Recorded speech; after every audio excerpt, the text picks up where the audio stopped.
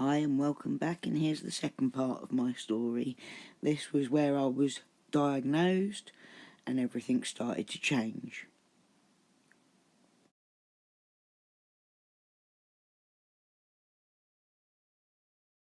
So I was quite severely bad at the time. I saw this great GP and he said to learn all I can about it. And what I learned is that it's highly likely that my mental health struggles were more than likely symptoms of my physical disease. You know, when you read through what thyroid disease does to people, I just think, God, that's me, that's me, that's me, that's me. Why didn't anyone see this? Because they thought I was just depressed. No one ever tested, no one ever looked for it. So after a year of blood tests, again, the thyroid took about a year to get under control.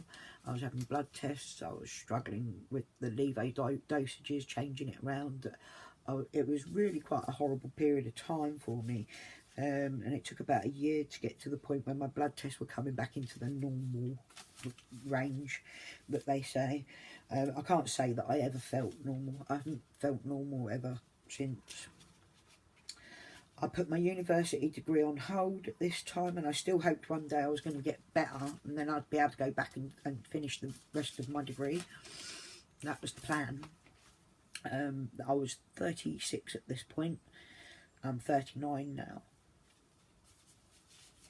I will include a picture of me at this point in my life, so as you can see what's happened to me since.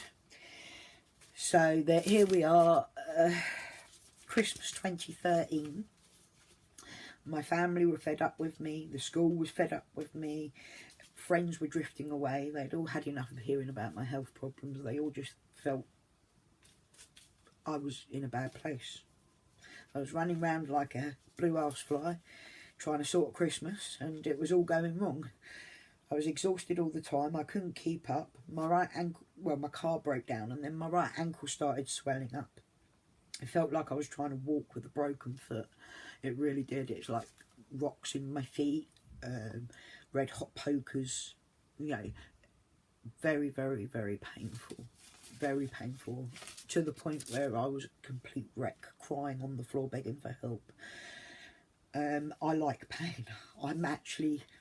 I tried to ignore it, I tried to fight through it, but once it had started, it swelled every day, and I would find myself in tears, incapable of pressing on my foot onto the accelerator in the car, or unable to take that next painful step. For a strong, independent 36-year-old single mum, it was a bitter pill to swallow. After a week or two, my left foot began swelling too.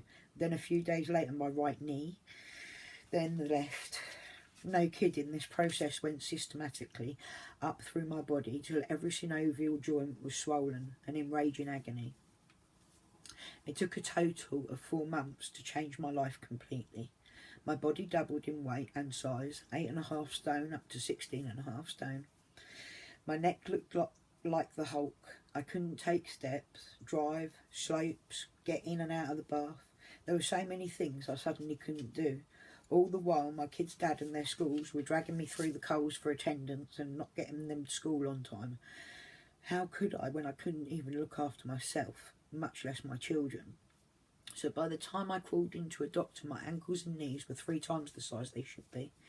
My hands were bad too, but they had been a struggle for many years with the carpal tunnel syndrome and general arthritis, So it didn't take much to convince this doctor I needed an urgent referral to a rheumatologist. Thankfully, I was seen really quick, and there was no messing around or questioning my own knowledge of my body, like with my endocrinologist. They were straight to deciding my diagnosis. Big shout out to the rheumatology team up at Hinchinbrook Hospital. They are absolutely outstanding people. Beginning treatment, they were so quick and on the ball. It was a case of, this is what you've got, we're going to treat you and we're going to help try and get you better. Yeah, I can't fault them, really, I can't. Initially, I was diagnosed as inflammatory arthritis, seronegative, as my initial blood test did not reveal any rheumatoid factor, but clinically I was told it was textbook RA. Rapid onset and severe. I was started with steroid shots, which only lasted a week. tablet form steroids and hydroxychloroquine. And we discussed the need to start methotrexate. First I had to go for lung function tests and x-rays and blood tests. And once I got started on methotrexate, I soon realised this was not going to be a simple treat to cure. And the drugs were serious stuff. The advice my doctor gave me after the thyroid issue stuck with me, and I set out to learn as much as I could about this disease. Every side effect possible hit me. The disease was still running rampant. With the diagnosis, at last I garnered some understanding from family and the school, and I could get some help. I never knew how hard it was going to be just to get help when I so blatantly needed it. It was a real struggle. I think people just look at you, you're 36, you're not old enough to be completely disabled. Last month I could walk, and then the next month I couldn't. I didn't believe what was happening to me. No one else would either. But once I got the diagnosis, at least it was in writing, and that helped somewhat. Such is life, huh? By June, I was changed over to the methotrexate injections. The real problems began because I never really found out if methotrexate helped me, as I would get 2 or 3 weeks treatment, and then I'd have to stop for 2 or 3 weeks because I'd get a chest infection and I'd have to take antibiotics, and you're not allowed to do both at the same time because you obviously need your immune system in full function to fight off an infection.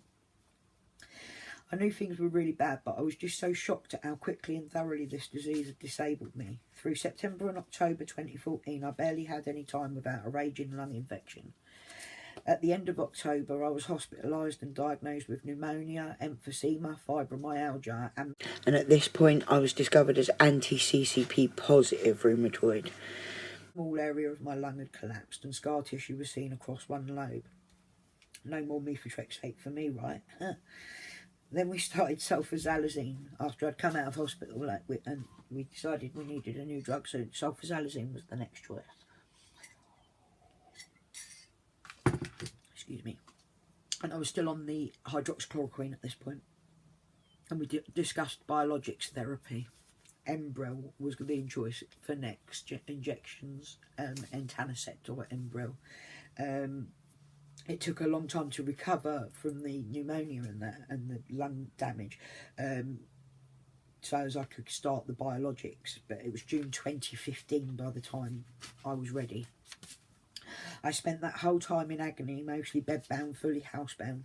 I was in a very dark place. The pain was destroying me, and nobody was interested in my ongoing story anymore. Then came the Enbrel injections. Woohoo! Oh my God, it started to help me. Okay, it wasn't a remission, not even close, but my swelling began to reduce. I started moving about the house with aids and adaptions, and I had like the bath lift was fitted and stuff like that, so I could actually do these things a bit more than what I was able to beforehand. The swelling had started reducing, and I was able to move about the house a bit more freely, and I began to smile again, sometimes. Again, I never got more than a month of taking injections before I would have to stop and run a course or 2 of antibiotics to beat down an infection. But on the whole, things were improving, and I lost 5 stone of the 8.5 stone I'd gained. By April 2016, I was starting to tell anyone who would listen, mostly my doctors, as they were the only people that ever asked or listened, that my lungs were not feeling right. Surprisingly, history repeats itself, and nobody listened to me. I had lung function tests which didn't show any change, but by July 2016 I was hospitalised again with what was assumed to be a chest infection, pneumonia. CT scan showed inflammatory changes in the lung and scar tissue across all lobes on both sides of my lungs. My oxygen level was sitting at 84 to 88%. As you might see, I have some cyanosis around the lips at the moment with a lung infection. My lungs are terrible, unfortunately. My oxygen level was sitting at 84 to 88%, and I was tachycardic, and even the doctors looked worried. The RA drugs were, as usual, blamed and stopped immediately. I spent 2 weeks in hospital and a lot longer recovering. According to further CT scans, my lungs have improved a lot compared to what they were. Again, I know my body, and I'm gutted to say, but I feel my lungs are a massive issue. I'm still constantly breathless and catching every virus, which always becomes a chest infection. My oxygen levels can be very volatile and often dips below the 90%. I tried restarting sulfasalazine, but as soon as I had a chest infection, my pulmonary doctor took me back off it.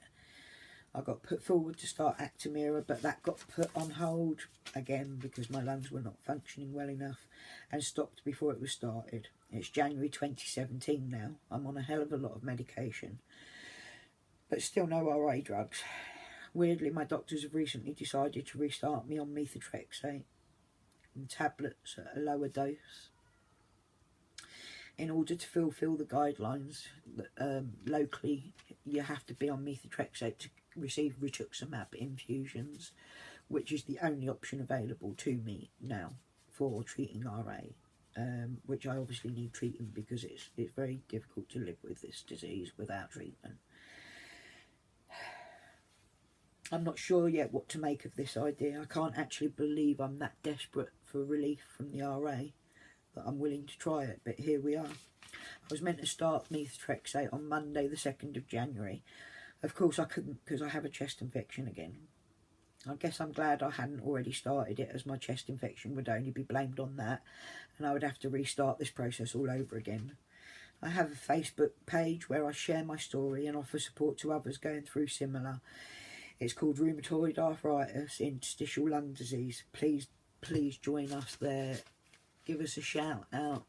If you've got rheumatoid arthritis, come and join us there. You don't have to have the lung issues. It's interesting to any rheumatoid arthritis patient. As a rheumatoid arthritis patient, I had no idea that this could do this to my lungs.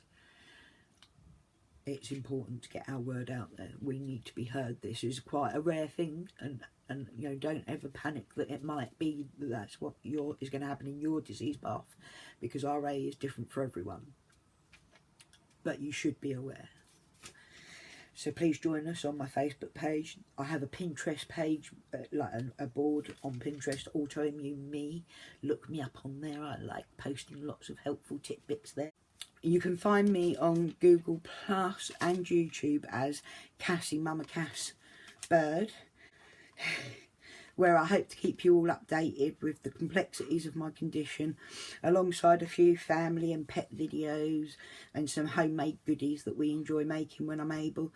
I spend as much energy and time as possible enjoying life and appreciating what I'm so lucky to have. I'd be honoured if any of you would like to join me. Subscribe, like, comment. I'd love to hear your stories. Much love and breathe easy, folks.